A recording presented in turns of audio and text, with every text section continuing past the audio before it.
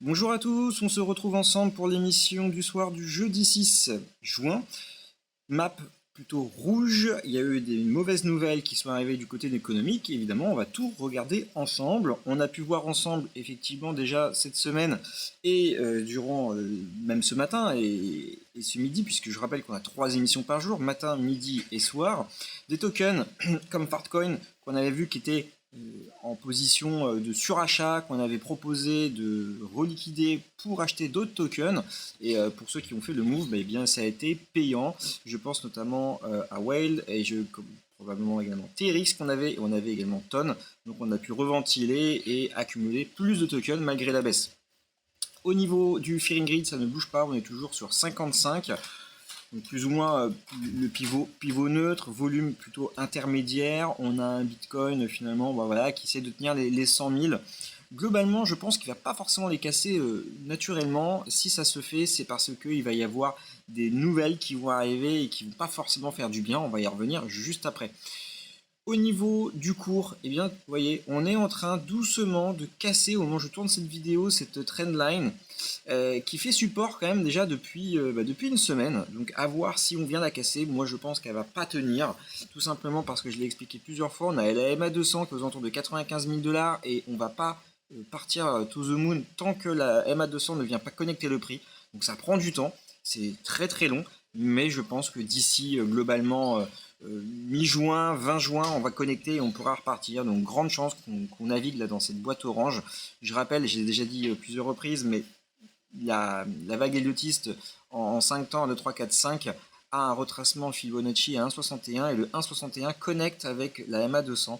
Et donc ici, vous vous retrouvez dans une zone de rechargement plutôt optimisée. Donc placer des ordres ici, ça peut être intéressant. Et pour les personnes un peu plus agressives, on a cette deuxième boîte ici au 2,61,8. Je le rappelle, qui peut être intéressant. Je rappelle aussi qu'on avait vu dans les nouvelles qu'il y avait pas mal d'économistes qui disaient qu'au-delà de 90 K, donc 90 000 $ de casse, on pourrait avoir de grosses liquidations sur le marché. Donc un ordre aux alentours de 90 n'est pas totalement débile. Voilà, c'est ma position, je la tiens. Au niveau du RSI, on a pu voir qu'on a cassé cette barre oblique. Clairement, on a cassé le support. Donc, est-ce qu'on va y revenir chercher le support ici aux alentours des 0,30, 0,35? On va pas tarder à le savoir. En tout cas, ce qui est sûr, c'est que on va avoir un dénouement, je pense, avant vendredi soir. Au niveau des liquidités, eh bien c'est la même chose. On range toujours entre 104 et 106, mais on voit clairement qu'il y a des ordres qui se sont positionnés aux alentours des 103 et je pense qu'on va aller les chercher. Et une fois cherchés, on pourra faire un appel d'air, je pense, aux alentours des 100 000 $ parce qu'on n'a pas forcément beaucoup de volume acheteur dans la zone des 100 000. En termes de heatmap, on le voit ici, on a toujours Raven qui est toujours en haut, qui est toujours sur un token qui est un peu suracheté. Il y a eu des nouvelles dans ce sens-là, on en a déjà parlé midi, mais je vais reprendre globalement. C'est un token qui a pump, on va le voir juste derrière. Et la proposition de valeur qu'on a fait, c'est de dire qu'on pouvait alléger Raven pour venir recharger sur Jasmy. Il y a également FHE qui peut être pas mal, on a Tao qui est en zone qui commence à être très intéressant. Mais je pense que c'est les deux tokens, là, c'est Tao et Jasmy. Alors Tao revient souvent, mais c'est vrai qu'il aussi souvent en week et oversold, il a du mal à décoller. Je pense que ça viendra, mais là, en ce moment, le rechargement optimisé peut être entre Tao et Jasmy. Au niveau de mon choix personnel, donc c'était de vendre Raven parce qu'il avait surperformé. On l'a vu ensemble aux alentours de 0,20, 0,22. Donc moi j'avais proposé justement de vendre pour reventiler. Je pense que la ventilation peut toujours se faire jusqu'au 0,12. Donc en fait il n'est pas trop tard d'alléger sa position en Raven pour acheter notamment du Jasmy. On peut le voir ici en 7 jours. De 0,17 on est passé à 0,14. Donc c'est un bon pricing. Si on vient en log, alors là vous allez me dire bah, mais là c'est le néant complet. Et oui, c'est vrai que depuis janvier 2022, globalement il se passe strictement rien, presque 2021. Donc là ça serait vraiment pour jouer un petit rebond. C'est vrai que gardez en tête que Jasmine ne fait pas partie des super performeurs de ce cycle. Donc pourquoi pas. Maintenant, il faut aussi repenser le truc, c'est qu'il y a eu de la liquidation qui a été faite, pardon, il y a eu des relays de tokens qui ont été faits, donc c'est vrai que en début, on était sur des prix à 1, 2, 3 $. Si on a quelque chose d'un peu plus modeste, on peut voir qu'on a des variations qui vont à 6 centimes pour des plus bas aux alentours de 2 centimes. Donc on est sur des x3.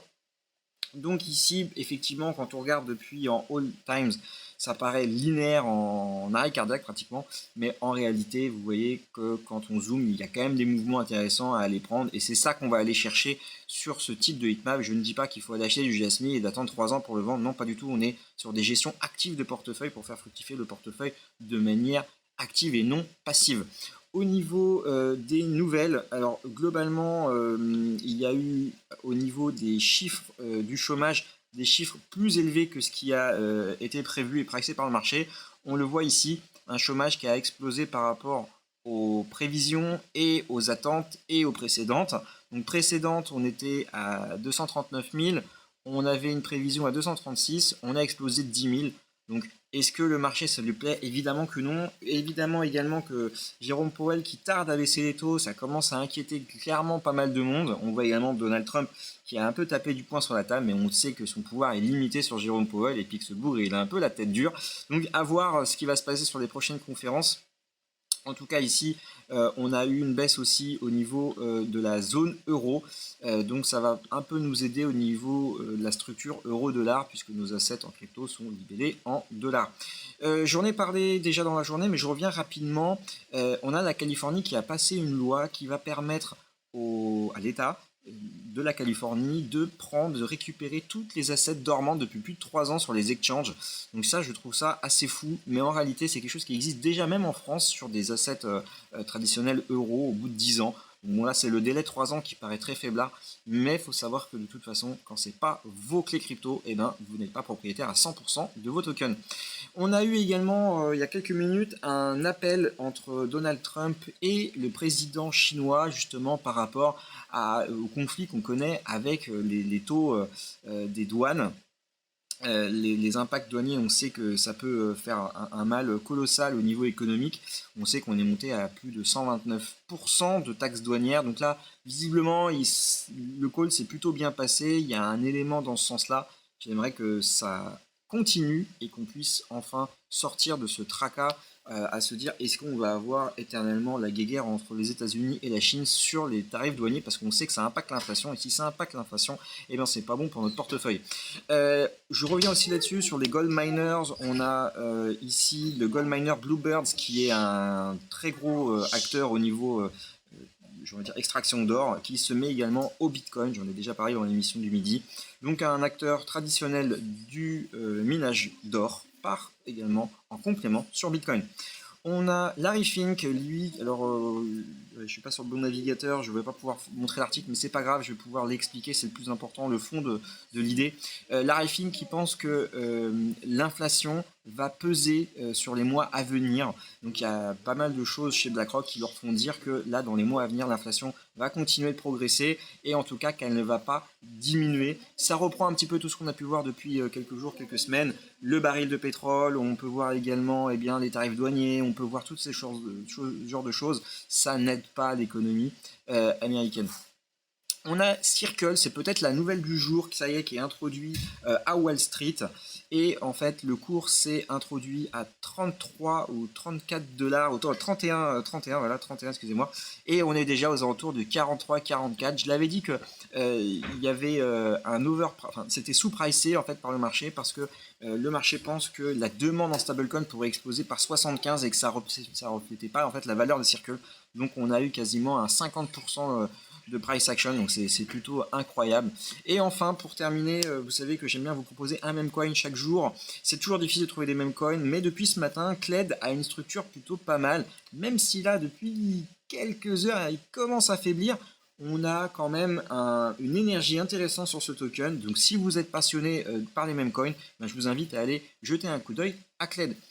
C'est tout pour nous, on a fait le tour de notre émission, j'espère que je vous ai proposé un contenu de qualité qui vous plaît. Je vous retrouve demain matin, demain midi et demain soir pour de nouvelles émissions. Allez, bye bye.